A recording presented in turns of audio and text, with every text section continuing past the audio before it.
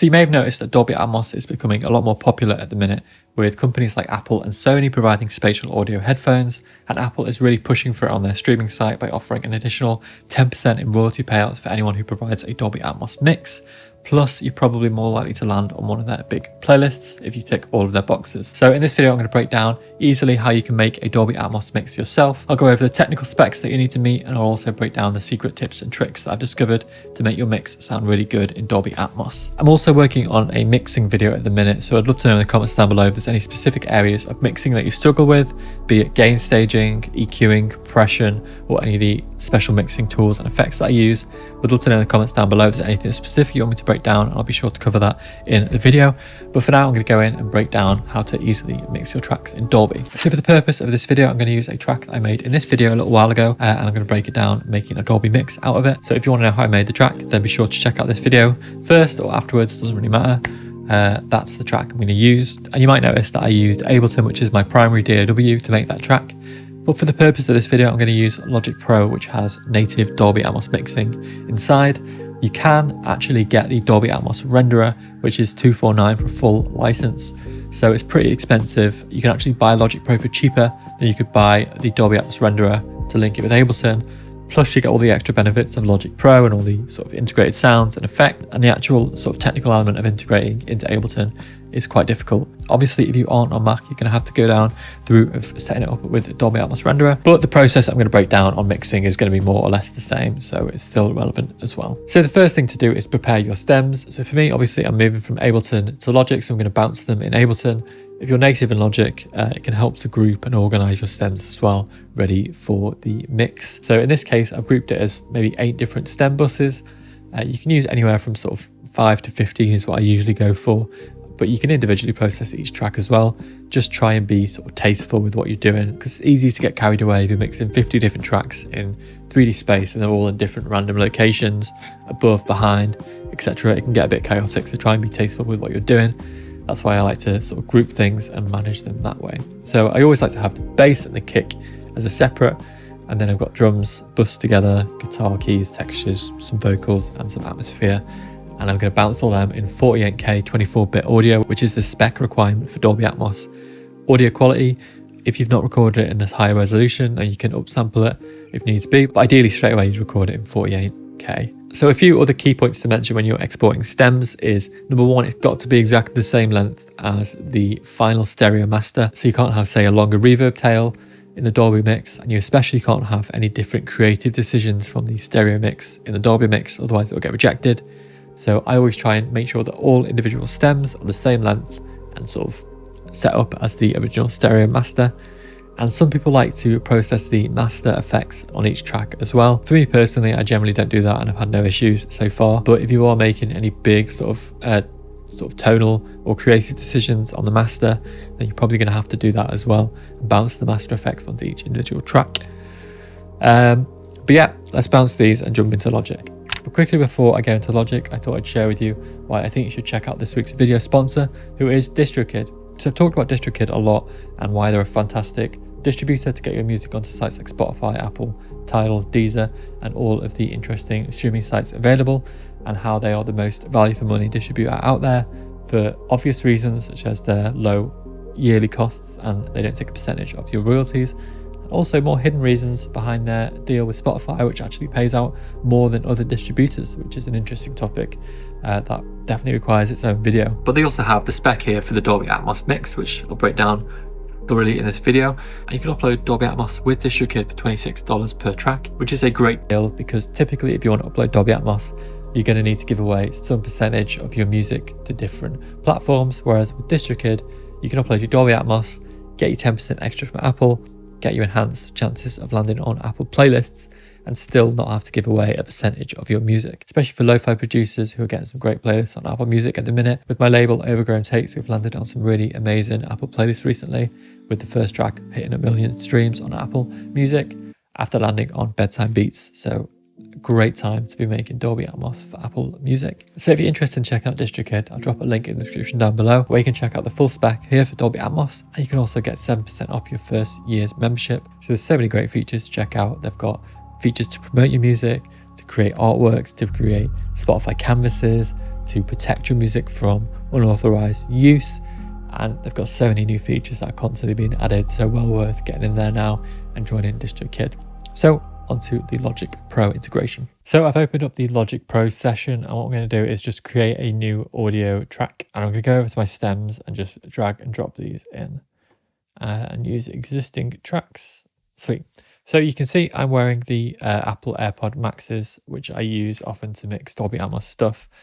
You can use just normal headphones with your stereo setup, or of course you can go for a 5.1 setup, a 7.1 setup, or a 7.1.4 setup as well. I've used a 5.1 and a 7.1 setup without the overheads in the past, but I just honestly prefer using my headphones for this. If you're just trying to make your tracks available for people who wear Dolby headphones, then I think it's fine to do this way, as long as you've properly mixed your track during the stereo mixing phase. So what we're going to do is go to help, and I'm just going to search for Dolby. It's the quickest way. Click here, and then you go over here and turn on Dolby Atmos. And once you do that, you're going to get this Atmos plugin in your mastered bus, and you can listen to it through different means. So if you've got a stereo setup, you're going to go 2.0.